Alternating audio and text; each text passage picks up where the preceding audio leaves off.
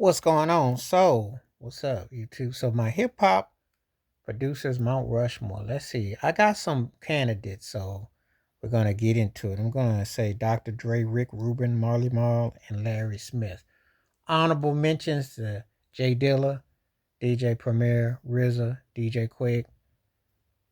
Wanna say what's what I give an honorary mention to? I gotta think.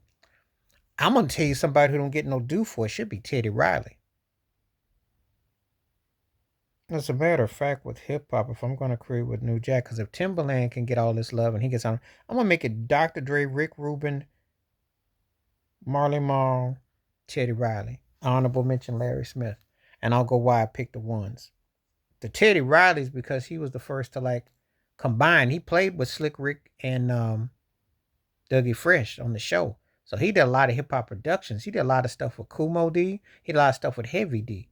So and of course with Rex and Effect. So how do you not have Teddy Riley? Yeah, Teddy Riley definitely belongs as far as a Mount Rushmore of hip hop producers. I know it's R&B, but he's so versatile. He complements both of them. So I want to put Teddy Riley on there. I think I will. Marley Marl, the East Coast thing, the whole thing with LL Cool J, Around the Way Girl. You knew his beats, the Vapors. He was doing some heavy stuff. His production was heavy. It was really tight, and it utilized the sonic boom of it all. It was kind of like the Popier of doing it all. It just was really a really an amazing synthesis. You know, there's a lot of ones, and I want to give Larry Smith a shout out because he started off as a bass player on those Curtis Blow records and Run DMC's first two records, and then he worked with Houdini.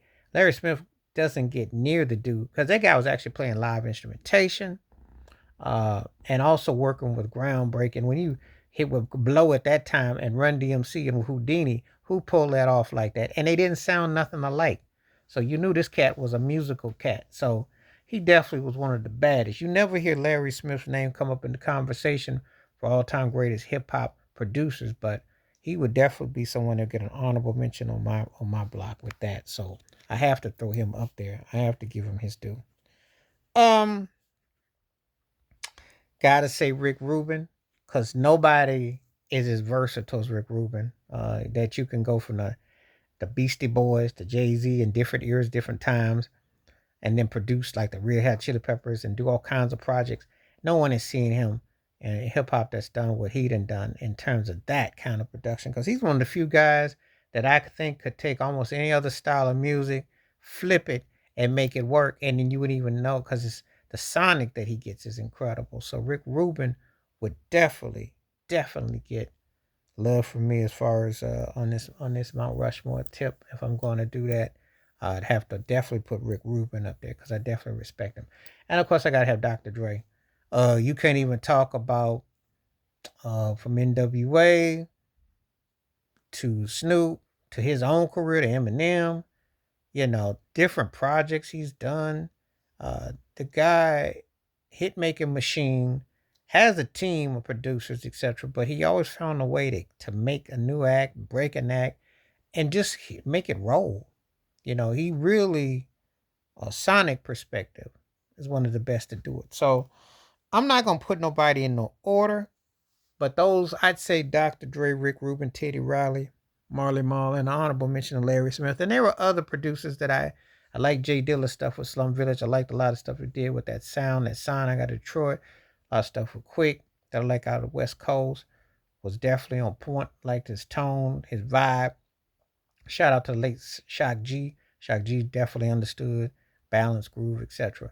Um, Bomb Squad with Public Enemy, because you won't talk about a sonic sound. No one has ever came up with a more sonic usage of samples and riffs and grooves like they did. They're one of my favorites. But because of all the sampling and everything, but they created an incredible well. When you can produce Ice Cube's America's Most Wanted and Public Enemy, make classics, you definitely organize noise. I got a lot of respect for their style, they sound too.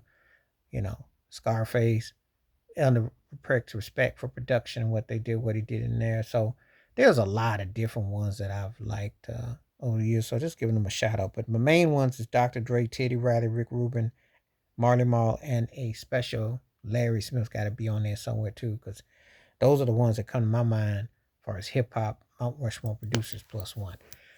Please like, subscribe, welcome thoughts, comments, and I do respond. Thank you. Wash your hands. Keep your mind clear. Watch out for another. Share if you like. Hit the membership. Stay safe, stay blessed, stay woke, stay free. I'm out. Peace.